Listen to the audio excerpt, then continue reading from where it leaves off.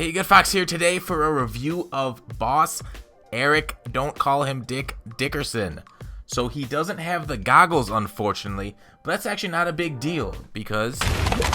My eyes, the goggles do nothing. So it's not a big deal. I know a lot of people like aesthetics, but Boss Dickerson does bring the Eric Dickerson we all know and love. Here are his stats breakdown from Mutt rank. Speed 98, acceleration 102, agility 99, stamina 100, carrying 98, 97 truck, elusiveness 100, stiff arm, spin move, juke move, all mid to high 90s. His catching, very solid catching stats for a runner. Route running's okay. His pass block is very good for stopping nano blitzers. 69 is good enough. Plus, combined with his height and weight, I think makes him pretty good. Although I don't know if that actually adds to pass blocking. I doubt it. Anyways, I guess I want to talk a little bit about his juke versus spin first off.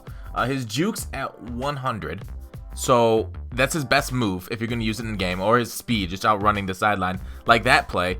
But his spin, you know, Madden 16, the spins aren't great, as you guys know. In 95 spin, it didn't really work for me. It worked like once or twice, and there he's catching a ball in the end zone. You won't get too many broken ankles with that spin move. But with the juke move, you will do that double juke. I know Problem used this Dickerson in the salary cap tournament, and obviously he was a very good runner for him and Gronk. There is a spin actually working. One of the few times I got it to actually work on a defender. So yeah, because Problem really loves juking behind the line of scrimmage, and that is Dickerson's strengths there.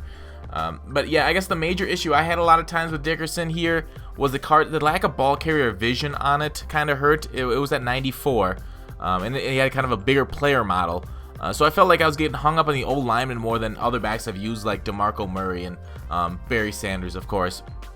But his juke basically is so good. You can Nuka-Cola it, Juke-Cola. I don't know what I'm going with there.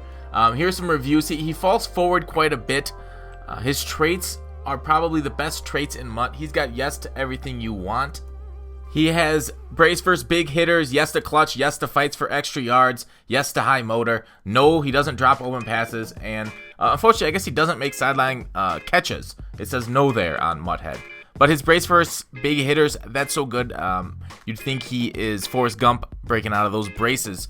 But here he is. I mean, he will go down against high-end competition if he's hit at the right angle. A lot of the running game is taking hits at the wrong angle. Like if you take a hit head-on with a hit stick, or if you're dragged down kind of by the side, or if the opponent's able to get a very solid tackle on you, you're going to go down no matter who you have.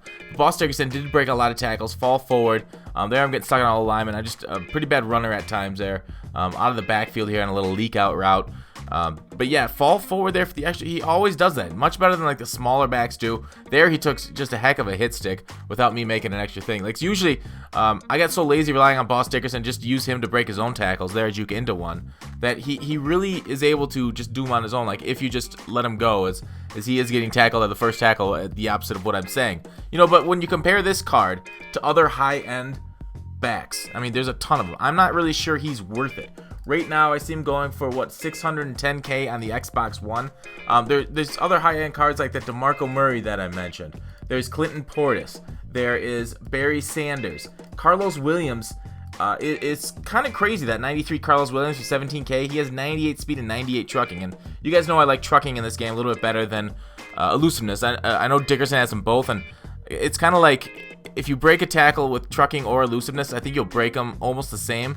But what Dickerson's nice, though, if that's not true, like he will get the either or animation. Like say if a guy tackles you and a high elusiveness animation would trigger to break the tackle, he'll get that. If a high trucking animation is needed, he'll get that. Especially since I run 90 ground pound, it's kind of added on top of that trucking attribute. You know, you get better run blockers. I really like the run blocking aspect of it. But like Chris Johnson, Campus Hero, LaMichael James, and Dree Archer, there's so many high-quality backs in Mutt. I don't know if I could really recommend one guy, especially if you like get a good rotation. Like whenever I ran with Dickerson, he didn't fumble it for me because I always ran him with full stamina. Well, besides the times I made a mistake and didn't take him out, I always had Barry Sanders backing him up.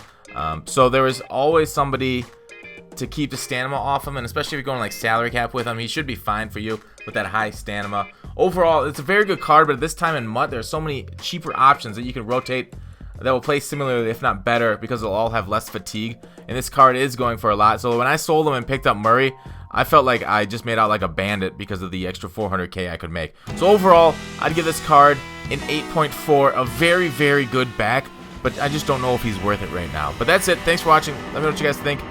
Call to action. I will see you tomorrow.